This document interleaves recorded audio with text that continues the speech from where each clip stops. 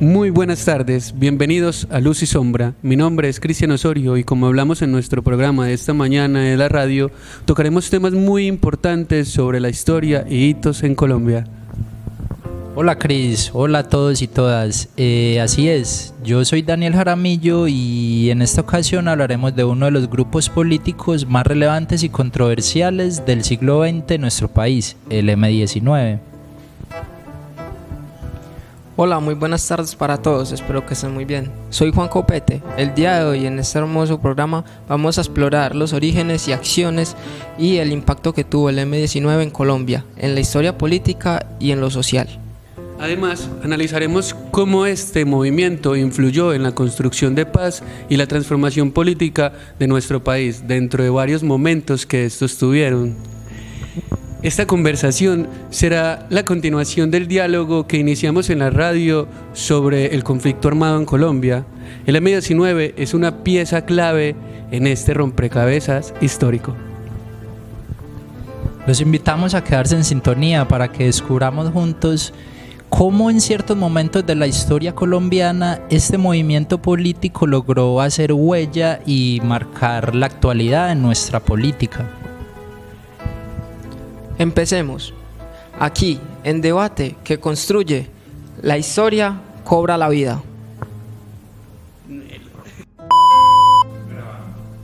Fundada en 1970, el M-19 surge como ese acto revolucionario, esa guerrilla, si la podemos llamar, aunque yo lo diría más bien como esos insurrectos y deseosos de buscar un poco de conciencia y de libertad y de verdad, justamente en la época en la que queda como presidente Pastrana, uno de los mayores fraudes, ladrones e impostores de nuestra sociedad, y que nos muestra que claramente en Colombia siempre hay una derecha que buscará cómo callar las voces de nosotros, de quienes no estamos conformes, de quienes no queremos lo mismo, y el M-19 es precisamente esto, la lucha, el deseo, la búsqueda de que todos nos escuchemos, de que realmente sea respetada nuestra palabra, nuestra voz y nuestro voto. Es por eso que hoy hablaremos en este debate de momentos muy importantes y que fueron fundamentales en el desarrollo de lo que es el M-19, para dar un poco de esa noción, de esa idea, y de que no quedemos solo con lo que dicen las noticias comunes, para no decir nombres, sino precisamente hablar de las verdades. Verdades que marcaron la historia de Colombia en su momento. Una de esas verdades se vio reflejada en la acción que tuvo el grupo armado M-19 el 31 de diciembre de 1978, en el cual se infiltraron al Cantón Norte del Ejército Nacional en Bogotá por órdenes de un comando llamado Batemán, en el cual usurparon más de 5.000 unidades, entre ellas el fusil de Camilo Torres. Y es que si nos ponemos a pensar, en ese momento todo estaba en caos, el ejército estaba preparado, todos decían como por dónde se nos van a meter y creían que lo que harían sería un momento en el que se entregarían directos, pero lo que no sabían es que estos estaban planeando muy bien cómo robar la armería, estaban haciendo un hueco, habían ya hecho toda una estrategia para esto, y justo en el momento que lo hacen, hacia modo de chisme, el ejército ni se las creía. O sea, eso era como, ¿qué? ¿Pero eso cuándo pasó? ¿Esto porque estaba vacío? ¿Venían de una borrachera del día anterior, de celebrar que de alguna otra forma no había pasado nada? Y es precisamente en este golpe en el que de alguna otra forma cambia y se transforma lo que es este grupo y esta disidencia revolucionaria. Con este hecho lo que ellos querían era hacer un manifiesto y que el pueblo colombiano se enterara de que querían tomar acciones fuertes y serias para poder seguir combatiendo de una manera armada e intelectualmente todas estas guerras que se vivían en estos tiempos. Fue allí así como el movimiento M-19 logró que el pueblo colombiano los grabara y los tuviera en la memoria siempre y lo recordaran con este asalto al Cantón Norte. Sí, así es, compañero. Varios eventos se realizaron y fueron muy especiales para el grupo armado M-19, el cual afrontaron grandes hazañas acá en Colombia y quedaron marcadas para toda la historia, como también uno de esos fue la toma del Palacio de la Justicia el 6 de noviembre de 1985, el cual fue mayormente organizado por la mafia y entre un conjunto con la izquierda para así borrar algunos archivos ilícitos y así hacer una desaparición de ellos. Teniendo en cuenta que el M-19 también presentaba algunos escándalos, se podría decir así de esa forma, que intentaron disuadir un poco estos escándalos ocultando varias verdades. De esta manera el M-19 hizo la toma al Palacio de la Justicia. El 6 de noviembre se lanzaron hacia el palacio y custodiaron todo el centro, el cual al finalizar la toma hubo un total de 100 personas fallecidas.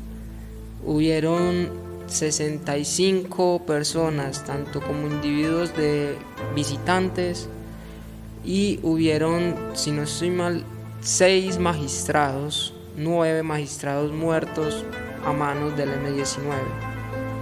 Al final de todo, la toma se salió de descontrol, hubo 1000 muertes, también archivos perdidos y la desaparición de varias personas. Y es que si nos ponemos a pensar, algo que nos parece un poco raro es que muchos de los archivos que se perdieron fueron archivos de militares. ¿Y por qué archivos de militares? Entonces realmente si era algo que estuviera buscando el M-19, y por qué el M-19 borraría entonces archivos de militares. Genera muchas dudas y muchas preguntas, porque como dice nuestro compañero Copete, de alguna u otra forma lo que vemos ahí fue algo que en su momento se sale de las manos y que no solo la izquierda aprovecha, sino la misma derecha para poder seguir con sus artimañas, falsos positivos, desapariciones, muertes. Todo eso estaba contado en esos expedientes que se quemaron y se perdieron. Pero sí es bueno preguntarnos entonces si estas luchas y si estas cosas no se hubieran hecho, ¿qué hubiera pasado de Colombia? Y es que si bien tenemos que decir que todos estos sucesos son importantes, hay muchos más que no hablamos, como la toma de la espada y otros momentos así que fueron conmemorativos y que hicieron parte del cambio histórico que ha hecho la guerrilla llamada M-19, y diríamos guerrilla mal dicho, aunque si hablamos un poco del contexto de las guerrillas, son esos grupos insurgentes que se levantan ante la oposición, ante el opresor, ante ese que lo quiere de alguna otra forma quitar lo que es de ellos, y el pueblo hace rato ha perdido mucho. Es por eso entonces que hablar de otro momento importante sería el Tratado de Paz del M-19, siendo el primer grupo guerrillero en lograr hacer algo así con el gobierno de Paso. Un gobierno que no le gustaba a la izquierda, un gobierno que no le gustaban los pensamientos socialistas, un gobierno que no le gustaba que las personas tuvieran voz, por decirlo así. Entonces, fue en 1990, en marzo, en Cauca, que se empieza todo este proceso, y en el proceso se buscan 3 pilares fundamentales: el cambio de una nueva constitución, porque nuestra constitución era paupérrima, era una constitución que de alguna u otra forma solo ayudaba a la oligarquía y a quienes estaban en el poder.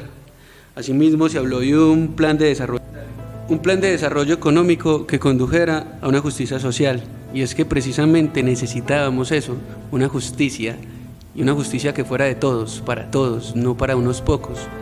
Y pues hablando también de esas convicciones y de esas cosas que hacían que el M-19 fuera una guerrilla que transformara nuestra sociedad, era que ella estaba convencida y tenía una filosofía que hablaba de la unidad y de la soberanía nacional, es decir, de todos, de una nación completa, unida. Y bueno, no siendo más, los invito a que lean un poco más, a que busquen, a que se empapen de estos grandes personajes de la historia que cambiaron, aportaron a una nueva construcción.